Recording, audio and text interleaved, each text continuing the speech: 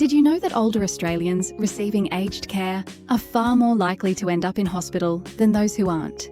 Even more surprising, seniors receiving home care are being hospitalised more often than people living in residential aged care. So why is this happening? A new report from the Australian Institute of Health and Welfare reveals some surprising insights. And the answers may change how we think about ageing, healthcare and aged care in Australia. Hi, I'm Elsa. With over 25 years of experience as an aged care consultant in Australia, I'll be sharing practical advice to help you navigate these changes. Let's get started. According to the AIHW, 52% of home care recipients were admitted to hospital at least once during the 2023 to 24 financial year. In comparison, 43% of people living in permanent residential aged care were hospitalised. The research also found that almost every aged care recipient visited a GP.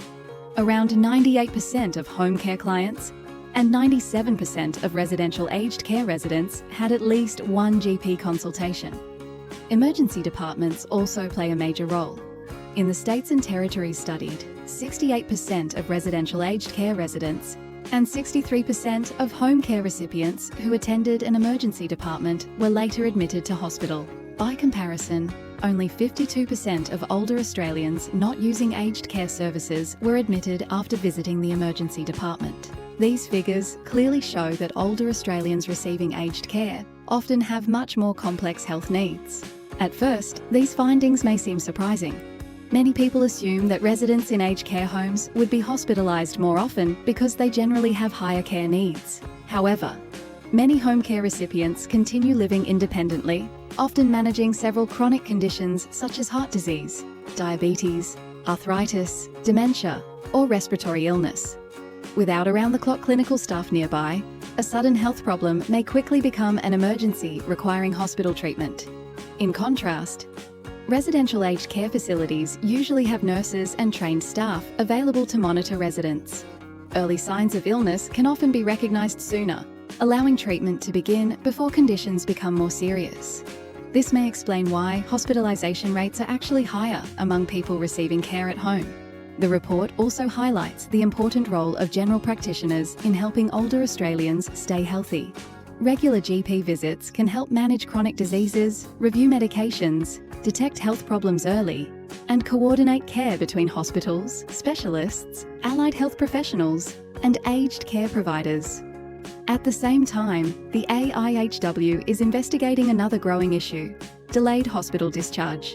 Some older patients are medically ready to leave hospital but remain there because suitable aged care services or residential placements are not yet available. As Australia's population continues to age, improving coordination between healthcare and aged care services will become increasingly important. Earlier intervention, better access to support services and stronger communication between providers can all help reduce avoidable hospital admissions while improving quality of life for older Australians.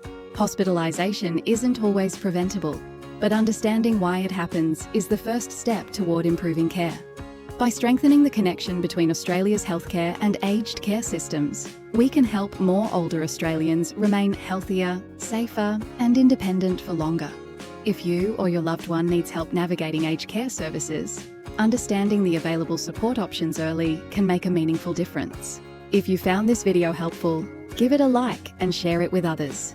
Subscribe to our channel for more insights into aged care in Australia.